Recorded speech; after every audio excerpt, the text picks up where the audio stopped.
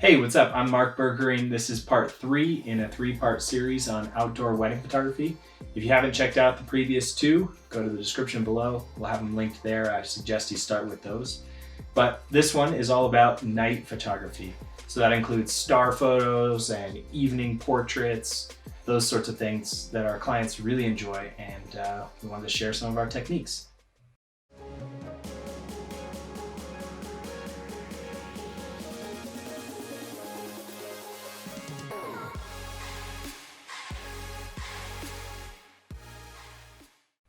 All right, so we're gonna break this down into a few different parts. But the first part is why we shoot night portraits. And that's because our clients really love it. It's kind of a unique thing to have a portrait with the stars and sometimes the Milky Way or whatever the scene is that evening. People really enjoy it, so we try to do it whenever we can. The other reason is because we really enjoy it ourselves. It's something we're passionate about. Shooting astrophotography is it's a cool thing to do. It's exciting, it's fun, it's never the same, and it's kind of a challenge. So it's a good thing for us to express our creativity. So the key to a good night portrait is planning. When you plan ahead, you can see what the landscape's gonna look like in the daytime, so that then you can think, okay, this is what it's gonna look like at nighttime. And one of the tools we use for that is photo pills. It has a great function where you can see where the Milky Way is gonna be in the sky at a particular time. And that's really helpful if you are specifically wanting the Milky Way. And in the summertime, when it's nice and vertical, it's a fun backdrop for a portrait. The other thing that it's helpful to do is to see when the moon rises, when the moon sets, and where the moon is going to be in the sky. Typically, if you're trying to get a good star portrait, you don't want the moon in the sky. So that gives you a darker sky, and it gives you better visibility on the stars. Sometimes when you have the moon low in the sky, it can act like the sun and illuminate your subject just enough to give you some ambient light and see the landscape without overwhelming with light. But if the moon is directly overhead, it's kind of like midday sun. It's not the best. So now you've planned out your shot, you know what you're gonna shoot, you know where the stars are gonna be and whatever backdrop you want. The next step is to have all the equipment you need. So we've got some stuff here with us. First off, you want a camera with a good fast lens. So I'd say f2.8 or faster. Our go-to lens for Sony, 20mm f2 autofocus lens. It's a little bit faster than our f2.8 16-35, just gets a little bit more light and allows you to shoot at lower ISO to get better sharpness in your images. Once you've got a fast lens, the next thing you'll need is a good tripod. As with most of our equipment, we picked something that was super light, compact. I think it's a couple pounds or so. It's the Oben CT 3535 travel tripod. We'll link in the description to all this stuff so you can check it out. But this thing isn't the biggest tripod. It's actually pretty short, but usually most of our star portraits are shot from a low angle upwards. So it's not too important that it's very tall, and the benefits of having it be super light to where you can throw it in your bag and not hesitate to take it on a trip or just carry it wherever you were going outweigh the size. Next thing, if you're gonna have a couple in the shot, you wanna have some kind of light source and light stand. So I think Brenda mentioned this in our number 2 video, but we choose a light stand that's pretty small and compact. It's only maybe 8 feet tall, but that's just enough to get a nice directionality to the light, and it's light enough where we don't hesitate to take it with us. If you don't have a light stand, you can have an assistant hold your light. We did that for a while. You just have to have the skills to clone them out in Lightroom or Photoshop after you take the portrait, and that could be a technique to use as well. For light sources, we use 2 different lights. Sometimes we'll use like a continuous video light, like this little Lume cube. It even comes with a grid and some filters you can put on it, and that's nice because it's easy, it's simple, it's on. You don't have to play with flash, you can see how it looks. It has different settings, so you can set it 1 to 10 power. Usually we're in like the 2 to 3 power range, and it provides enough light. The disadvantage of the video light is that it doesn't freeze the motion. So if your couple can't stand still for 10, 15, 20 seconds, this isn't your best bet. That brings me to the little flash that we use. This is the Godox V860 Mark II. This flash, when you turn it down to the lowest power setting, is a pretty good light source. Often we'll put a grid on it or 2 grids, and that reduces the intensity just a little bit and focuses the light. And we trigger this with a wireless trigger on our camera. The thing to note, if you're going to use a flash, a lot of them have blinking red lights on the back or on the front. And so it's important to just throw a little gaff tape on there and block out those lights so that you don't get a color cast of red light on your couple. So once you get your camera on your tripod with a fast lens and you get your light source set up, the next thing you need to do is focus.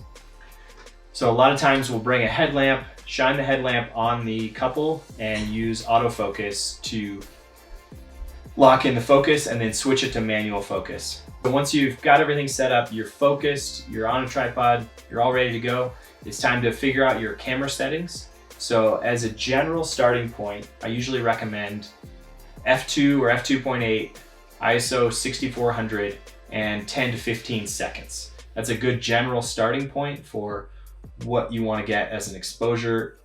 And then usually this flash is on 1/128 power with a grid on the front, and that'll give you a good baseline with this about maybe 6 to 8 feet away from the couple. The other thing to watch out for when you're shooting night portraits with the couple in a sky is ambient light. So if you're near any ambient light sources like buildings or cars, those things are going to really disrupt your scene and throw off your exposure. So if possible, get as far away from those as you can, and that'll help you eliminate external light sources and just have the ambient light and whatever light source you add. Another thing to think about when it comes to your exposure settings is the time you set for your camera. So if you're going to go longer than about 10 to 15 seconds, you're concerned about 2 things. The stars are around 20 to 25 seconds. You're going to get to some movement in the stars, so they will no longer be pinpoints. They will be starting to create that arc as the Earth rotates. And secondly, as I mentioned before, you got to make sure that your couple is capable of standing still. So if they're wobbling, maybe they've been drinking, you got to have them hold on to each other or support each other in some way so that they're not getting that motion blur if there's a long exposure. And 2 other things that we might use in certain situations: a graduated neutral density filter. Typically, if you're using it during the daytime, you're going to be darkening the top of the frame, the sky, and that allows you to balance the exposure between the foreground and the background. But sometimes we'll use it at night. We'll flip it upside down, and that can, if you've got a lot of ambient light on the foreground or your couple, you can, and the exposure just isn't balanced correctly, you can darken the lower part of the scene and allow the stars to be brighter. So that's a technique you can use. We found it to be effective if you're trying to balance, say, a wide scene setting shot of a venue or some kind of building, and you want to get the stars and the building. That can help you balance things because the stars are not as bright as light sources you see on buildings. And the last thing I wanted to mention was having a gel. Sometimes this can help you balance and get the correct light on your subject. So sometimes we'll use a slightly warmer gel, and that can be a creative decision to make things look either warmer or cooler than they actually are. So sometimes we'll throw on a gel and just use that color shift to create a little bit more dynamic image. And then a couple other things I didn't mention.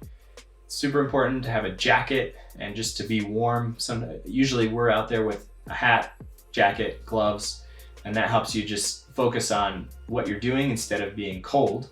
And then the other thing that can be really helpful is to have a marker to So a lot of times we'll go out and set up the night shot before we have our clients come out so that they can they're partying with their friends, they can pop outside for a couple minutes, we'll take the shot, and then they can go back inside.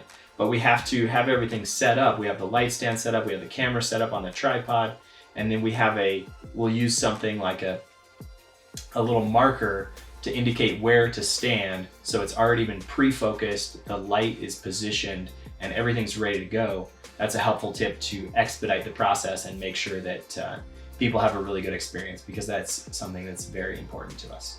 So that's it for my tips for night photography. We'll throw up a couple images and I can talk through the scene on the computer. So we'll jump in on that now. All right, so here we are in Adobe Lightroom. I wanted to talk through the settings and setup for these images. All these images were shot with one speed light on 1/128th power, which is the lowest power setting. Sony a7 III with a 20mm f2 lens. So let's jump into this first image. This is our kind of a typical star photo at a wedding that we might take. There's lots of ambient light around, so we turned off as much as we could. We used the PhotoPills Night Augmented Reality app to find the Milky Way earlier in the day. Then when the stars were out, it was dark, we went out, set up focus and our light stand, and then we had the couple walk out for a few exposures in the 10 to 20 second range. There was still too much ambient light, as you can see in this straight out of the camera version, but we corrected a little bit and this was the final edit. This is the second image I was going to go through. This elopement couple was really interested in star photos, so we shot sunset and then we ate some takeout while we waited for the stars to come out. Luckily the Milky Way was rising above the grove of trees in the background. We had them relax on the rock, tried to light them and the rock to give it some shape. The stars, as you can see, are not tack sharp because we were so close to them, and at f2.8 you can't have both of those perfectly in focus. And the rock was sloped, so it was hard to get far away from them to get them both sharp, but I think the vision came out and it looks nice. There's a little light pollution in the distance, but it's not too bad. We adjusted the colors and you can see here's the original and here's the final version. You can also see that we took out some cars that were in the background there, and I think it looks pretty nice. Here's the third image. This third image, we went out pre-sunrise, which is a little bit atypical, and we shot the stars before shooting the sunrise afterwards. We had them sit on the rock and we lit them from the front, from the left with a speed light, and then we had two headlamps behind them, kind of a movie poster vision going. And then car headlights were lighting the rocks in the background here. And here is the original straight out of the camera. And here's the final edit. Hit me up in the comments with some questions, any settings that you guys want to know more about. Thanks so much for watching this video on our best tips for outdoor wedding photography at night. If you haven't already seen the other two videos, go check those out. Also check out the description for links to any of the products we mentioned here. And lastly, don't forget to subscribe for future videos.